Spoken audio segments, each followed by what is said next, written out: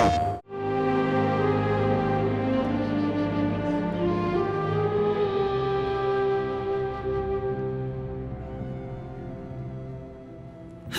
I'm Pablo Coma. I'm the game director on Outcast, A New Beginning. Outcast, A New Beginning is a third-person open-world action-adventure game. In it, you play Cutter Slade, a former Navy SEAL resurrected by mysterious forces to help liberate the planet of Adelpha from robotic invaders. When imagining what the game will be about, we decided that a key point would be to make it completely non-linear. After a brief tutorial, you can go literally anywhere in the world. We don't lock remote locations behind an experience system. The first Outcast was of course our main inspiration, but more recently, Breath of the Wild was a fantastic game using the same design principles. We tried to keep the same feeling of liberty, but give the player different tools to exploit it. Like the gliding suit that can go really fast and doesn't consume energy, so if you start on top of a mountain, you can glide for a very long time. And other skills allow you to move fast on the ground from very early in the game.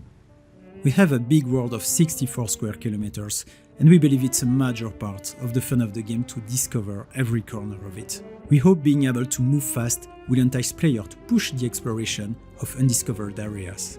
To progress in the story, you will have to help the Talents, the inhabitants of the planet you are on, to get rid of the invaders who are ransacking their lands and exploiting them. To do this, you will not only need to fight against these invaders, but also help the 7 different villages to solve their problems, and they will also help you in return. Could you do this again? Or no, even better, could you create some kind of smoking projectile?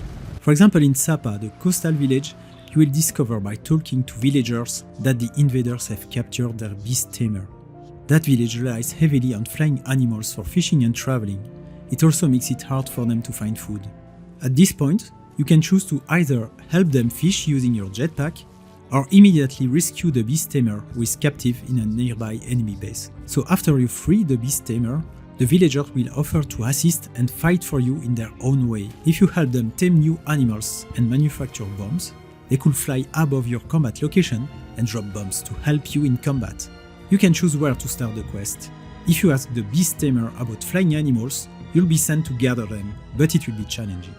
They need specific larvae as bait, and you must attract them by shooting larvae nests. Be cautious, as the neck bees won't like you using their larvae as food. Once you bring the flying bees back, the taming process begins, which takes time. Alternatively, you can start by making bombs. You need to go to Descent for materials, complete various missions to gather them and assist the artificer in crafting the bombs. These tasks can be done in any order. Descent also need food due to the invaders, so you must help Sapa get more fish. Eventually, Sapa will send fish to Descent, and in return, Descent will send bombs to Sapa for their beast riders to use. A bomb for a fish. How does that sound for a trade? I could make that happen. And that is another thing we wanted to tell in the game.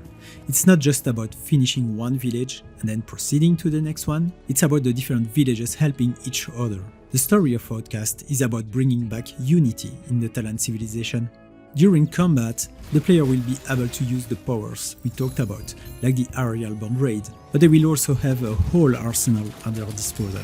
Once again, our main intention is to give the player as much freedom as possible, so we decided to not give them a closed set of weapons, but rather to allow access to a whole set of modules, allowing them to combine them in any possible way. While wandering the world, we'll come across various interesting locations. Essence Shrines, asking you to follow an orb of light on a limited timer, Gork Eruptions, where you will have to fight against corrupted creatures, and Rim Trails, in which you will have to pay attention to the local flora to reach the end of the trail. Each of these will give you access to various rewards, like the precious blue Elydium, allowing you to improve your jetpack abilities. Outcast: A New Beginning is the sequel to a 1999 game. We tried to make it completely accessible to newcomers, but also add some surprises for long-term fans. We paid much attention to respect the lore of the first game in every detail, with multiple members of the team being part of the original Outcast team and working hand in hand with the fan community of the first game. We hope newcomers will have a great time discovering the planet Adelpha and the Talent civilization, while old-time fans will be amazed to rediscover this world 25 years later and to dive back into it. プレイステーション